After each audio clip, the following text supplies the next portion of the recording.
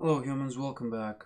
I don't feel like I've explained the concept of root motion properly in the last video, so I'm just going to do this in a little bit more detail and visualize it a little bit better because I think it's important to understand how this whole thing works, alright? So I'm going to create, again, a polycube. I'm going to move this here, scale this up, alright, just like last time. Let me just move the pivot here to be so that I can be as precise as possible. I'm going to snap this to the grid. Okay, so here's our polycube. I'm going to grab actually and make this bigger. Move the vertex over here. Oops. Move the snap to the vertex and then snap to the grid. Okay, so there's our wall. Now remember, I was talking about how our mesh will, fit in with everything here. Now I'm going to create another joint just so that I can be crystal clear on how this works. So here, I click a joint, make a joint. I'm going to go ahead and give it the 0, 0 values. Now the joint is in the middle, at the center of at the origin of our, our whole setup. Now I'm going to select the child and select the parent, press P. And that way, this is the root now, okay? All right. Now, as I've mentioned before, now if I move this, nothing's going to happen because, it's not like this joint is not tied up to anything. But if I go ahead and just select this bit here, notice what happens. This joint stays in place, right? But the mesh moves around. So if I had a lunging attack, let's say this is a sword, or a character with a sword and it lunges forward, and just so happens that in game there's a geometry somewhere in front of it. What's going to happen if it goes through the geometry? How will Unreal Engine know that there's something in front of it so that it doesn't go like this and half the mesh actually goes through the wall? That is something that you don't want. It reeks of poor design, so you don't want to do that. So the way, like I've already said, the way Unreal Engine realizes your physical object, how the whole physics system works there, and any interaction really between objects, mostly, unless hard-coded, are performed via this whole setup, is that you have a collider. Now I'm going to create a poly cylinder here, and it's actually an appropriate setup here. So this would be, well, ideally, in reality, it would be with a cap, right? So it would be like this.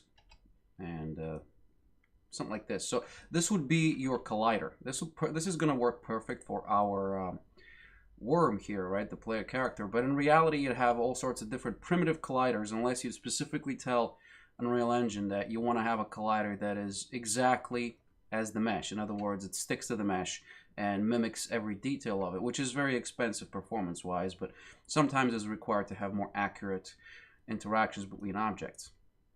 Now what I'm going to do is I'm going to parent this to the root. So select the root.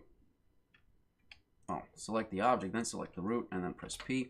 So that way, anytime I move the root, so will the capsule here, the capsule collider. This is a collider. Ignore the fact that it's a mesh. All right.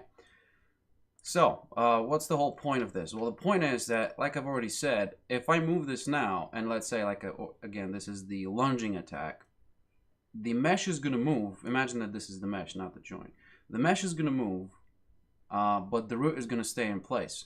Now, sometimes this is desirable because you want to have something that, let's say, imagine this is some kind of an animation where the main character dashes forward, creates a quick attack, right, and then snaps back to position. So it's something like bam, bam, right? Sometimes, however, you want to move the whole thing so that even if the character dashes forward, well, most of the times you want to do that, he will stop right in front of the wall. Because let's say the dash is this long, right? This is the distance for your dash, and there's a wall in front of it. And what's going to happen with it is that he's going to go through the wall. And then, granted, he will snap back, but the player will see that he goes through the wall. We're going to break immersion and all that jazz. So notice what happens if I move it from the root motion. I'm going to grab this as well, just so that the movement is uniform. And I'm going to move it together. And now, when the collider hits the wall, the engine will know that, hey, this is an obstacle here, and we should stop our movement. Because in this situation, the animation will drive the movement, but in any situation, the collider will go with it, and if something happens, it'll stop the actual transform. Okay, this is important because, like I said, you don't want to have this. So this is bad.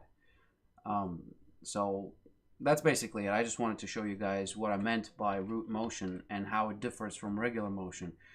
Because, like I've already said, anything you animate here will be stationary as far as the engine is concerned. You're going to have a root in the middle of in the origin of your world, and anything that you do, be it a character, an animal, or well, anything really that involves movement around, not just stationary movement. Let's say character walks.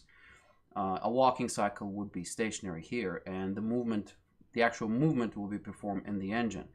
All right. So that's it, guys. Just wanted to be a little bit clearer on how this whole thing operates, so that you know whether you need a root joint or not. In our situation, we don't, because we're only going to animate this thing moving up and down, and the actual movement will be performed in the engine. All right. Okay. I'll see you in the next video when we start talking about topology.